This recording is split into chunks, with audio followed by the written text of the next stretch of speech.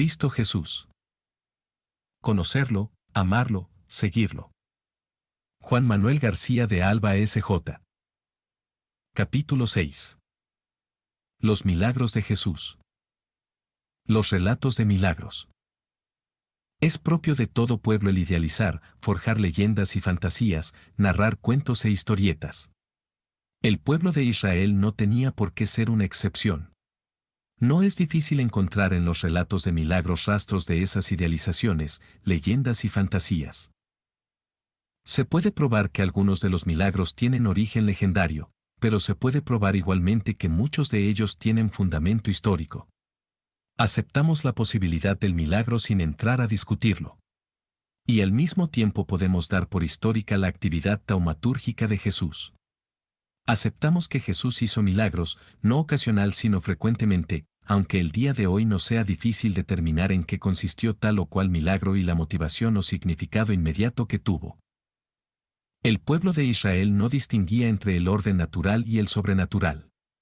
Todo era fruto y efecto de la acción de Dios, la lluvia, los frutos de la tierra, los hijos, las victorias o las derrotas. El hombre bíblico no se preocupaba por las leyes de la naturaleza, que desconocía del todo. Dios se manifestaba especialmente en los fenómenos que les resultaban más asombrosos.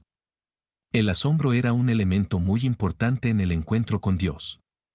El milagro era un signo del poder, de la presencia de Dios y de su aprobación del mensaje. Para el pueblo de Israel el milagro era un hecho ligado a su propia existencia, nadie lo cuestionaba, ni lo ponía en duda. Para ellos era natural que Dios se manifestara en la naturaleza. Para el israelita el milagro tenía que ver con su fe, estaba vinculado a su historia, y era un acontecimiento que pertenecía a su existencia, no un paréntesis abierto en la naturaleza. El pueblo había nacido de un milagro, de la liberación de Egipto, Isaac y Jacob habían sido concebidos milagrosamente.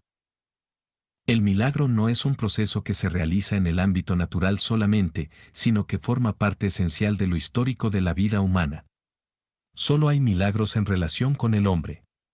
El milagro sucede en la naturaleza y tiene que ver con ella, pero principalmente tiene que ver con la historia en la cual el hombre busca, con su mente y con su experiencia el sentido de su existencia.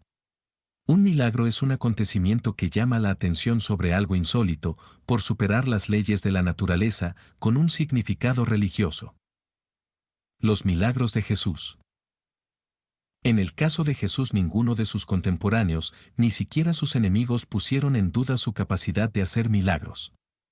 Era evidente e innegable que Jesús obraba innumerables milagros. Lo que arguían los enemigos de Jesús era que hacía milagros en virtud del demonio y no de Dios, y que con ello daba muestras de impiedad y no de piedad, además de alborotar al pueblo. La mayoría de los milagros de Jesús eran curaciones. Jesús tenía el poder de regenerar lo que estaba enfermo, de dar nueva forma a lo que estaba deformado, de restablecer los procesos normales de funcionamiento. Jesús tenía el poder de recrear, reorganizar, revitalizar. Las leyes de la mecánica no describen toda la realidad dinámica del mundo. En el mundo existen también leyes químicas. Y estas no agotan ni contienen las leyes biológicas.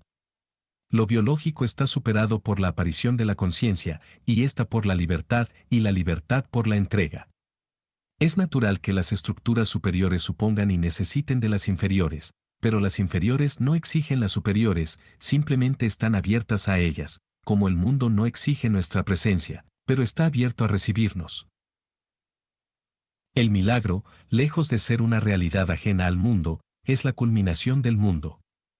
El mundo está abierto al milagro, espera el milagro, él mismo es un milagro, de la misma manera que la salud, la vida, la libertad y la conciencia. En el Evangelio, el milagro es algo que está ahí, que se dio de forma imprevista, que existió superando las leyes normales de la existencia y sin que nosotros podamos controlarlo. Lo debemos entender no como opuesto a la naturaleza sino dado en ella y como una auténtica posibilidad pasiva en el mundo. En el mundo es posible que acontezcan milagros, pero el mundo es incapaz de producirlos por sí mismo, porque el milagro es efecto de una intervención particular de Dios. El milagro manifiesta implícitamente que los acontecimientos y la historia, lo mismo que la naturaleza, no deben convertirse en un destino trágico para el hombre. La fe afirma que por encima de todos estos elementos está Dios. El mundo, la naturaleza y el hombre son capaces de recibir una actuación inmediata y directa de Dios. Dios actúa en el mundo, pero no a la manera de una causa más, sino como el absoluto en lo relativo, el infinito en lo finito. Dios mismo es el fundamento, origen, centro y meta del proceso del mundo.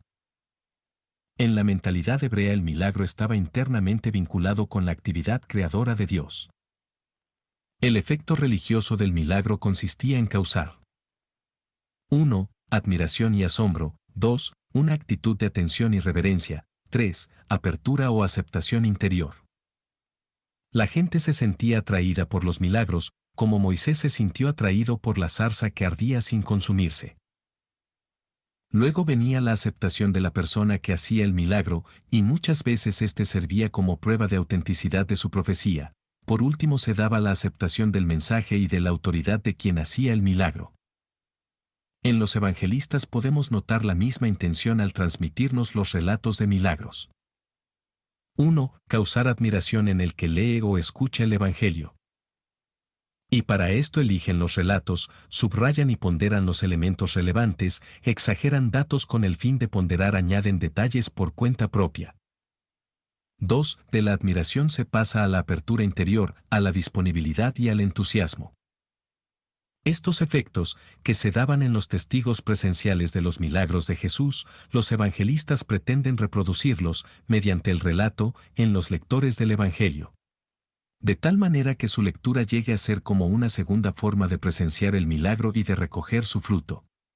Para el evangelista lo importante es el fruto o efecto del milagro, su significado más que el acontecimiento mismo. Los primeros lectores no dudaban de la posibilidad del milagro, únicamente se admiraban, como aquellos que lo habían presenciado. La presencia de lo excepcional ocasionaba una actitud de apertura a Dios y a su mensaje. La actitud de apertura a Dios venía a ser el fruto más importante del milagro y éste garantizaba la autenticidad del mensaje. Los milagros eran otra forma de transmitir el mismo mensaje. Jesús no solo anunciaba el reino de los cielos y el fin escatológico, sino que, con sus milagros, lo realizaba y así se podía decir, el reino de los cielos está aquí, en el momento presente, y se manifiesta con hechos. En el caso de Jesús el milagro llevaba a la aceptación de su persona y a un conocimiento de él, por su bondad y compasión, también por su poder y autoridad. Al mismo tiempo suscitaba la gran cuestión cristológica. ¿Quién es Jesús, y quién es para mí? De ahí que los relatos de milagros ofrezcan una ocasión privilegiada para transmitir la fe en Jesús. En el Evangelio encuentra el lector no solo un relato de lo que Jesús hizo, sino a Jesús mismo. Y lo que una vez hizo Jesús en favor de hombres particulares, lo puede seguir haciendo en nuestro favor. Cada milagro refleja o anuncia una relación de Jesús con todos los hombres. De ahí que un relato particular pase a ser un anuncio universal, y lo que tuvo, o pudo tener, como fuente un acontecimiento histórico, pasó a ser una proclamación de fe en Jesús que suscita una esperanza en el que lee, o escucha, el Evangelio.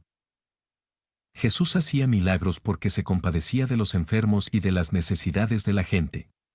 Lo que ocasionaba un milagro era la necesidad de la gente, la bondad de Jesús y la fe que tenía en que Dios actuaba en él y por él. Jesús no hacía milagros para demostrar una teoría o argumentar en favor de una doctrina, si bien los evangelistas y la iglesia primitiva ven los milagros como signos claros para deducir algunas conclusiones o para transmitir su fe en Cristo. Los evangelistas unen el milagro con la doctrina y, principalmente, con la persona del Señor. Podemos decir que el milagro siempre encierra un mensaje cristológico. Todos los milagros narrados en el Evangelio están en función del mensaje fundamental de los Evangelios y de los apóstoles. Sin que Jesús pretendiera demostrar nada directamente a través de sus milagros, sin embargo, su extraordinario poder en favor de los necesitados manifestaba que el reinado de Dios había llegado. Jesús exigía la fe para la realización de un milagro, va de la fe a la curación y no de la curación a la fe. Para Jesús el milagro era un signo claramente religioso. Hablaba de la presencia de Dios y de su actuación a través de su persona. El milagro quedaba directamente vinculado al anuncio del reino. El incrédulo está incapacitado para descubrir la mano de Dios en los acontecimientos de la vida diaria, es aquel que teniendo ojos no ve y teniendo oídos no oye. El milagro no dice nada a quien no cree en Dios, incluso puede dar lugar a que se obstine en su increencia, como sucedió al faraón con las plagas de Egipto. El milagro no viene a satisfacer la necesidad de prodigios, o el ansia de seguridad, sino que va dirigido a los creyentes en momentos cruciales de su historia y así puede fortalecer la fe o revelar el poder de Dios que nunca deja el mundo abandonado a sí mismo.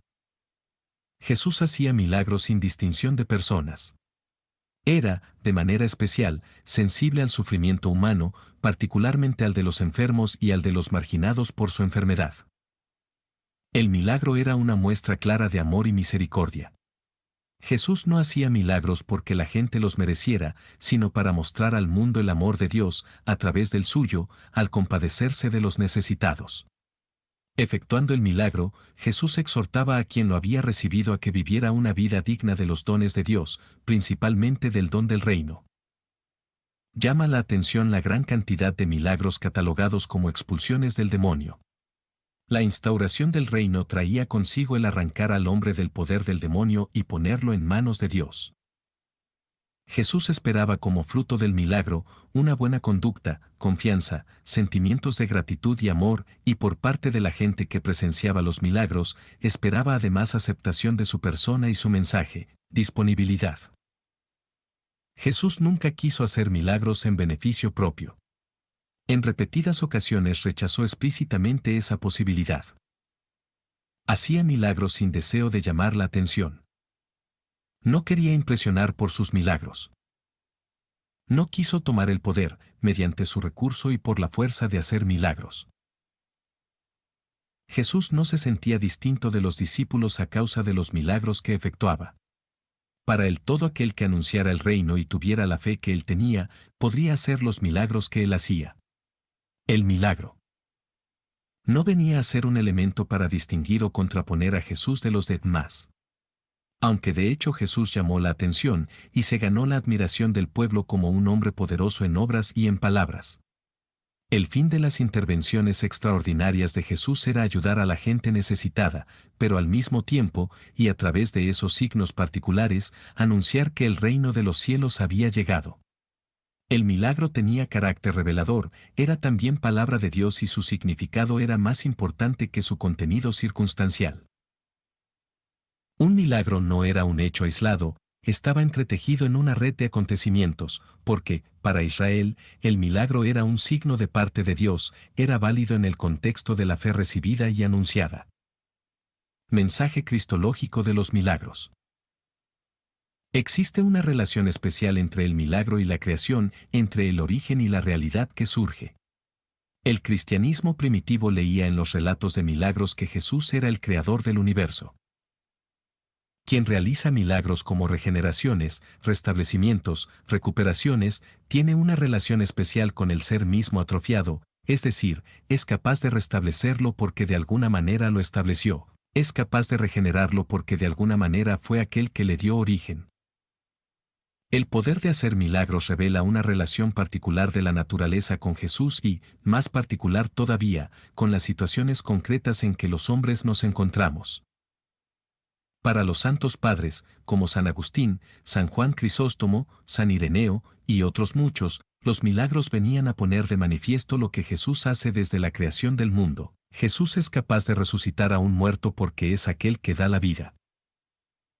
Jesús puede convertir el agua en vino, porque es aquel que convierte la lluvia en el jugo de las uvas. Jesús puede multiplicar los panes, porque es aquel que hace fructificar la espiga al 100 por 1. Para los padres de la Iglesia antigua, los milagros anuncian que el ser está vinculado a Jesús como la criatura al Creador. Tiene especial importancia en San Ireneo la curación del ciego de nacimiento. Porque lo curó con lodo a fin de revelar la mano de quien lo había hecho de barro. El ciego estaba esperando a Jesús para que le diera la vista que le había faltado desde su nacimiento. Lo que el Verbo, artífice, dejó por modelar en el vientre materno, lo completó en público, para que se manifestaran en él las obras de Dios y ya no fuéramos a buscar otra mano modeladora del hombre, ni otro padre, Pues el Señor que formó la vista es el mismo que, sirviendo a la voluntad del Padre, modeló a todo el hombre. Cada hombre está referido a la creación, y como criatura no es perfecto, es un ser inacabado. Tiene como vocación y como tarea llegar a ser cada vez, más y mejor, imagen y semejanza de Dios. El mundo es algo inacabado y la creación continúa. Por eso Jesús puede actuar en el hombre y completar lo que de alguna manera había quedado inconcluso. San Ireneo dice que la obra por excelencia de Dios es la configuración del hombre que se logra en la vida y a través de la historia, y que realiza el Padre mediante su palabra, que es Jesús. En una creación inacabada, como es el mundo en que vivimos, nada impide a Jesús rehacer los seres existentes, esto es lo que hace Jesús por una curación. Jesús actúa no solo como dueño de la realidad, sino como origen y causa, al hacer que aparezcan nuevos seres, como sucede en la multiplicación de los panes. El mundo que esperaba la vida, esperaba también la acción creadora de Dios, que se revelaba en el poder de hacer milagros de Jesús. Jesús es reconocido ahora, a través de los milagros, como el Creador, aquel por el cual Dios hizo todas las cosas y cuyo poder creador se sigue manifestando en los milagros. Es Señor de todas las cosas, porque desde el principio de la creación se le entregó el poder sobre todo el universo, y así vino a salvar lo que ya le pertenecía. En los relatos de milagros desempeña un papel importante la palabra de Jesús. No es una palabra mágica, ni poderosa en sí misma, es, sencillamente, la expresión de su poder. Los discípulos llegan a caracterizar a Jesús como un hombre poderoso en obras y en palabras. En la narración del Génesis, el poder creador de Dios se manifestó también a través de su palabra. La relación entre el acto creador de Dios, que crea a través de su palabra, y las regeneraciones obradas por la palabra pronunciada de Jesús manifiestan su poder creador. Los padres de la Iglesia, como San Ireneo, relacionaban los milagros de Jesús no solo con la creación, sino también con la resurrección final, porque el que tiene poder de restablecer la vida, decía, tiene también el poder de crearla y llevarla a su plenitud en la vida eterna. Porque el artífice del universo, el Verbo de Dios, el mismo que desde el principio modeló al hombre, al encontrar su plasma estropeado por la malicia, lo sanó por todos los medios, o en sus miembros particulares, tal como había hecho al plasmarlo, o a todo él, a la vez le dio salud e integridad. Y lo hacía para sí hombre perfecto en orden a la resurrección. ¿Qué le movía a curar los miembros de carne y restituirlos a la primera forma, si no habían de ser salvados los miembros por él curados? Si les reportaba un provecho de corta duración, bien poco favorecía a quienes curaba. ¿Cómo dicen de la carne curada por él, que es incapaz de la vida eterna, que procede de él? Por consiguiente, el que da la curación da también la vida. Y el que da la vida reviste a su plasma de incorrupción.